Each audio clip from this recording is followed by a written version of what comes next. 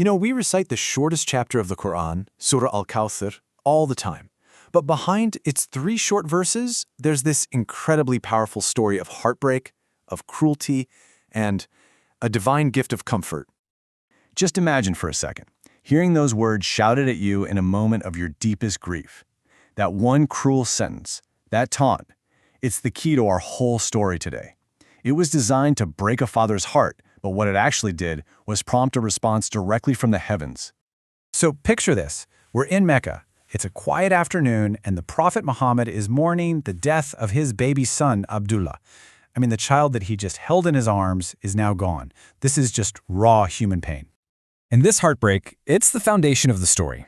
But you'd think that would be the worst of it. What happened next, though, was just shockingly cruel.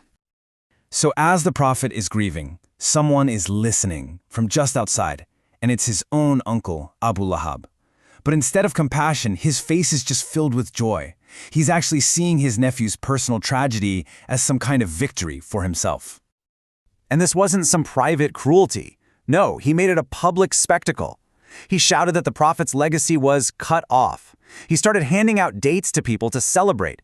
He ran to his friends to share the good news. His words, as one source so powerfully puts it, were like a snake poisoning a moment of sacred grief. But this act of cruelty, it actually triggered something extraordinary, a divine gift of comfort and abundance. See, God wasn't going to let his messenger suffer this alone. In response to this immense heartbreak, he sent a direct consolation, a gift to soothe his heart and to raise his status far above the petty taunts of his enemies. And that gift, it was the revelation of Surah Al-Kawthar. So what is this Al-Kawthar anyway? Well, the word literally means abundant goodness.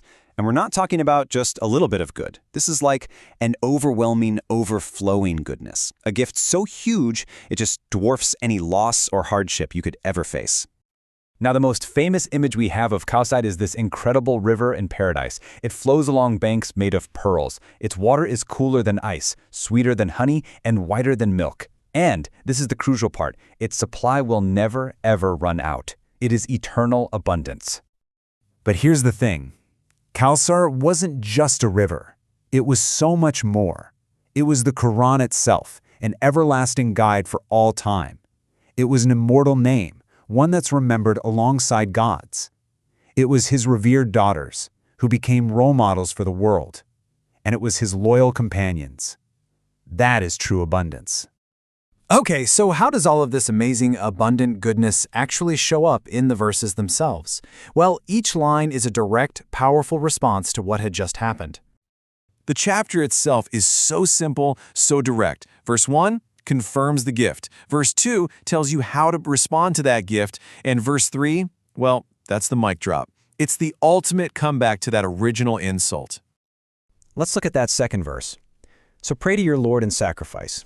This means connecting with God through your own private devotion and prayer, but also serving the community through public sacrifice, like sharing food with others.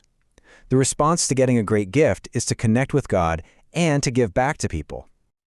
And that brings us to the final verse, and this is where the story just flips entirely. It takes that original insult, cut off, and turns it right back on the enemy, completely redefining what a legacy even is. Just think about it. Let's compare the legacies. The prophet, who was told he was cut off, is now remembered and loved by billions of people. His daughters are honored worldwide. And Abu Lahab, his name is now a warning. His legacy is one of cruelty and hate. He's the one who is truly ruined, truly cut off. It's the ultimate reversal. The Qur'an uses a very specific, powerful word for this kind of hatred, shania. It's not just regular dislike, it's an enmity so intense that a person loses all reason, all their humanity, enough to actually celebrate the death of a child. And that, the Qur'an is telling us, is the real path to being cut off. Okay, so that's a story from 1400 years ago. What does it have to do with us, right here, right now? Well, the lessons are absolutely timeless because they speak directly to our own lives, to how we treat each other. So what can we take away? First, this idea that a real legacy isn't just defined by having sons. Daughters are an immense blessing.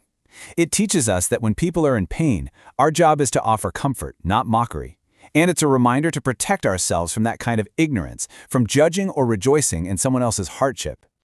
And that really brings the question back to you and to me. What is the Kawthar, that abundant goodness in your own life? What are you maybe overlooking? I mean, think about it. Our Kawthar is our health. It's our children, our homes, our free time. It's every single blessing that we so often just take for granted every single day. Recognizing that is a huge shift in perspective. So the core message here is really about gratitude. It's about hitting pause on all the little things that annoy us and just taking stock, counting the blessings, and recognizing the Kawthar that is already all around us. And I want to leave you with this final thought, a question to really reflect on. When have you been mocked in your moment of weakness? When you were at your lowest and all you really needed was a kind word? In those moments, I want you to remember this story, because human cruelty, it's temporary, it fades. But divine comfort, that's eternal. And even in our deepest pain, there is always a promise of Kawthar, of abundant goodness, that will follow.